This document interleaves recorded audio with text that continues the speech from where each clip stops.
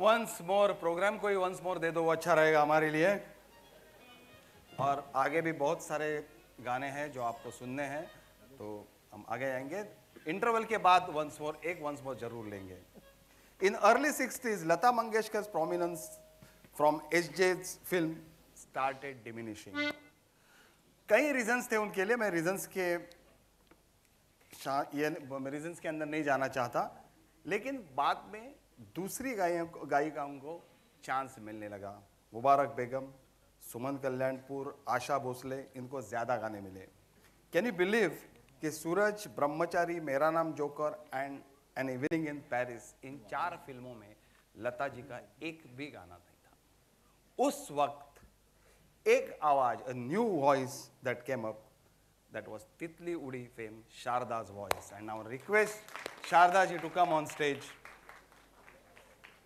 with a bigger round of applause than what you are given.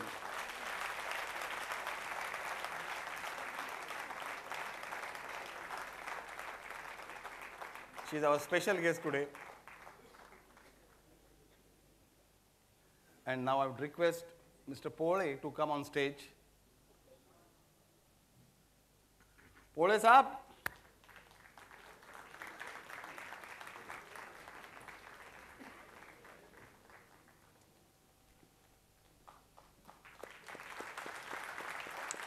Pole साहब कुठे? I just would like to ask one question. How it all started with Shankar ji? Mike.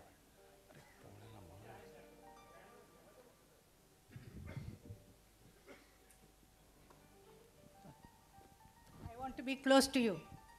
That's good. You all want to know? I was in Tehran, and Raj Kapoor ji came to Tehran during the some distribution of Jis Desh Mein, or I don't know which other movie. And there was a big party in Srichand Hinduja. He was a top distributor, and he was living in Tehran. At that time, they invited me in the party, and in the party I sang 1 or 2 songs, and Raj Saab liked my voice very much, and then he told me to come to Bombay to give a voice test, so he will take me in his movie. So I was so thrilled, and I came to Bombay, and I went to see Raj Saab in Chembur studio.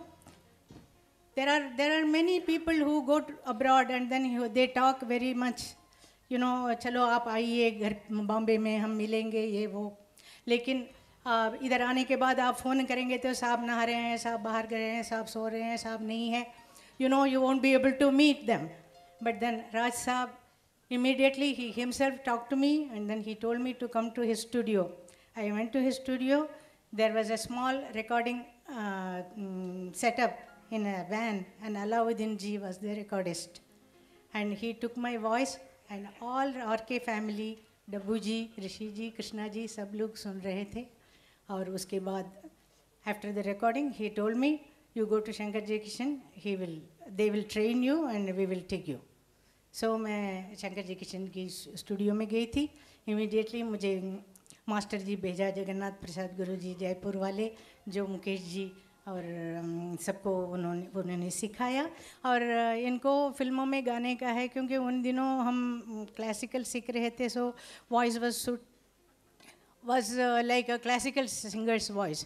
तो film के लिए ज़रा ऊंचा गाना पड़ता है, क्योंकि duet गाने के लिए लड़कियों को मेल वॉइस के हिसाब से लेना पड़ता है. इस वजह से कभी कभी लड़कियों की आवाज़ में नेचुरल जो ब्यूटी जो है वो थोड़ा बहुत अफेक्ट हो जाता है. उनकी आवाज़ को अननेचुरली आर्टिफिशियली ऊपर खींच के ले जाना पड़ता है.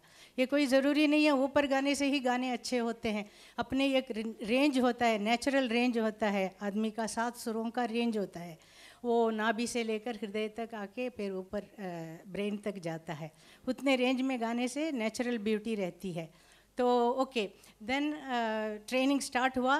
Nearly 1 year I was given training, and during this time I used to go to famous studio, Shankar जय किशन जी जो काम करते थे, वहाँ पर बैठकर नए गाने कैसा गाना चाहिए, whatever new songs they used to compose, they used to tell me to sing on the spot. because I must learn on the spot and sing the song properly. तो इस हिसाब से रिकॉर्डिंग में कैसे गाना है वो उन्होंने मुझे ट्रेनिंग दिया. ये ट्रेनिंग किसी को भी नहीं मिला होगा अभी तक, क्योंकि people learn from Gurujis, but then they don't have that experience of, working with great maestros like Shankarji and Jaikishanji, which privilege I had, which is I value very much today. And then उसके बाद 1 साल के बाद मेरा first song recording हुआ. तितली उड़ी उड़ जो चली, फूल ने कहा आजा मेरे पास, तितली कहे मैं चली आकाश. सिंपल सॉन्ग लिखने के लिए शैलेंद्र जी से कहा शंकर साहब ने, because new singer, there should not be any problem. And then she is also from Tamil Nadu. So Shailendra ji ने सिंपल लिखा, लेकिन अभी तक ये गाना इतना पॉपुलर है, इतना it lives in people's mind and it goes on to future generation also. And then it was top on Binaka Geetmala for so many months, and then it has to be brought down, forcefully. And उसके बाद उसको कितने ही award मिले. Film fair award में बहारों फूल बरसाओ और तितली उड़ी दोनों को इक्वल वोट्स मिले. फिल्म फेयर वालों ने कहा कि 2 स्पेशल अवार्ड अनाउंस करते हैं. करंजिया साहब wrote to me, congratulations, you have won for a prestigious award in this song, and from this year we are going to announce 2 awards for film playback, male playback singer and female playback singer. दोनों के लिए अलग अलग award इस साल से हम दे रहे हैं. और so they gave me a special award, Shravan ji, thank you. So और उसके बाद ये गाना ऑल ओवर द वर्ल्ड इतना पॉपुलर हो रहा है, बच्चे लोग इसको गाने लग रहे हैं. स्पेनिश में, इटालियन में, पर्शियन में, अरबिक लैंग्वेज में ये सब वर्जन्स बन रहा है.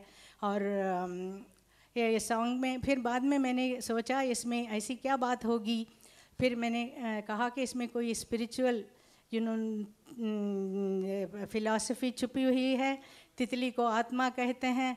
आत्मा wants to go to its own source. आत्मा परमात्मा से मिलना चाहिए, इसीलिए हमें ह्यूमन बॉडी मिली है. सो इस बॉडी को यूज़ करके we should try to reach God.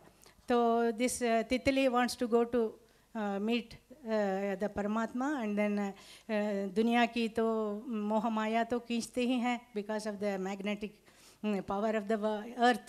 So Atma wants to come back, but we don't want it to come back. We want it to go to join its source. So ये तत्व इसके अंदर छुपी हुई है. So maybe it is the reason आज तक लोग इसको याद कर रहे हैं, अभी आगे भी याद करेंगे.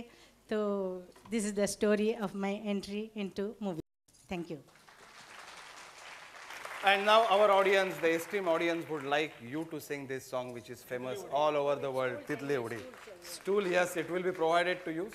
You want to sit? No, I want to keep the recorder. Okay, so this song I have made, many people told me कि ये आपके गाने को आप फिर दोबारा रिकॉर्ड करो, रीमिक्स करो, फ्यूजन करो करके. So I tried to, this song I want to carry it to the future generation. So इसको मैंने टेक्नो म्यूजिक में तैयार किया है. That I will play for you. Thank you. Can you put something here because we don't have a stool over here, it seems. Let me just see. You want stool पाए देना? Stool is very difficult, but whatever. Just to hold it, I will just take my tracks and I will be patient. That's the thing. इसको open करना.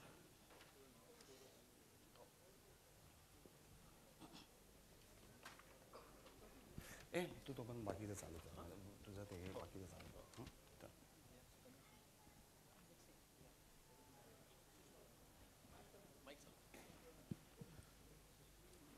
बस. शारदाजी त्यांच्या ट्रॅकचे adjustment करतायत, तोपर्यंत मी आपल्याशी संवाद साधतो.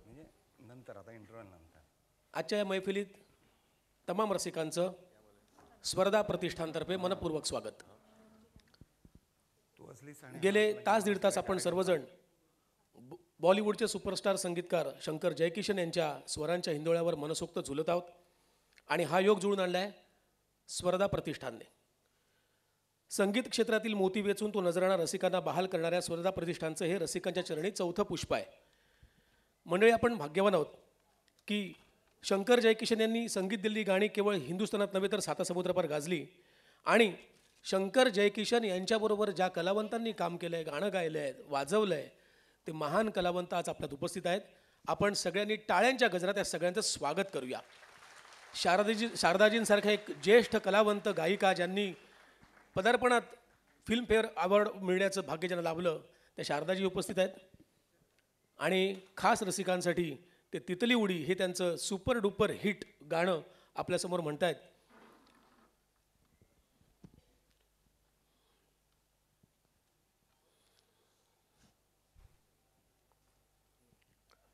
शारदाजींचा परिचय त्यांनी स्वतःच करून दिला आहे. आणि शंकर जयकिशन यांच्याकडे 1966 मध्ये सूरज या सिनेमासाठी त्यांनी गाणं म्हटलं. ते होतं तितली उडी. या गाण्याने रेकॉर्ड ब्रेक केले. त्यांना पहिल्यांदाच पदार्पणात फिल्मफेअर अवॉर्ड मिळालं. सगळ्यात महत्त्वाची गोष्ट अशी आहे की त्या काळामध्ये लता मंगेशकरांचं प्रचंड मोठं साम्राज्य बॉलिवूडवर होतं. आणि त्या काळातसुद्धा शारदाजींनी त्यांचं महत्त्व दाखवलं. त्यांच्या गाण्याची सुरांची जादू रसिकांवर आजही आहे. आणि आपण सर्वजण भाग्यवान आहोत की आज साक्षात शारदाजी आपल्यासाठी ते गाणं म्हणतायत. शारदाजी.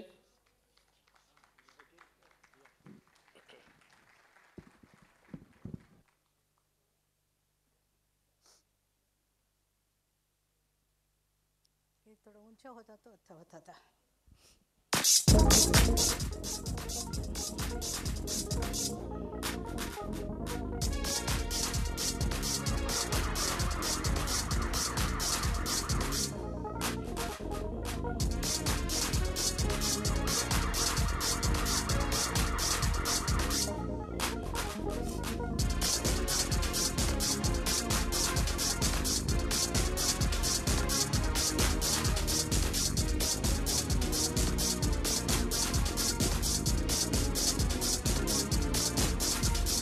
तितली उड़ी उड़ी जो चली, फूल ने कहा आजा मेरे पास, तितली कहे मैं चली आकाश.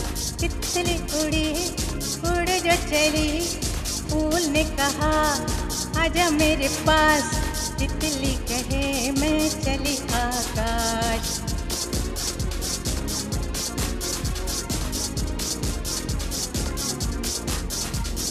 खिले हैं गगन में तारों के जो फूल, वही मेरी मंजिल कैसे जाऊं भूल. जहाँ नहीं बंधन न कोई दीवार, जाना है वहाँ मुझे बादलों के पार. तितली उड़ी उड़ जो चली, फूल ने कहा आजा मेरे पास, तितली कहे मैं चली आकाश.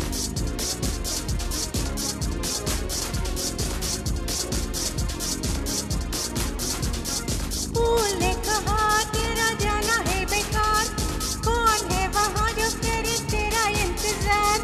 बोली तितली दोनों पंख पसार, वहाँ पे मिलेगा मेरा राजकुमार. तितली उड़ी उड़ जो चली, फूल ने कहा आजा मेरे पास, तितली कहे मैं चली आकाश.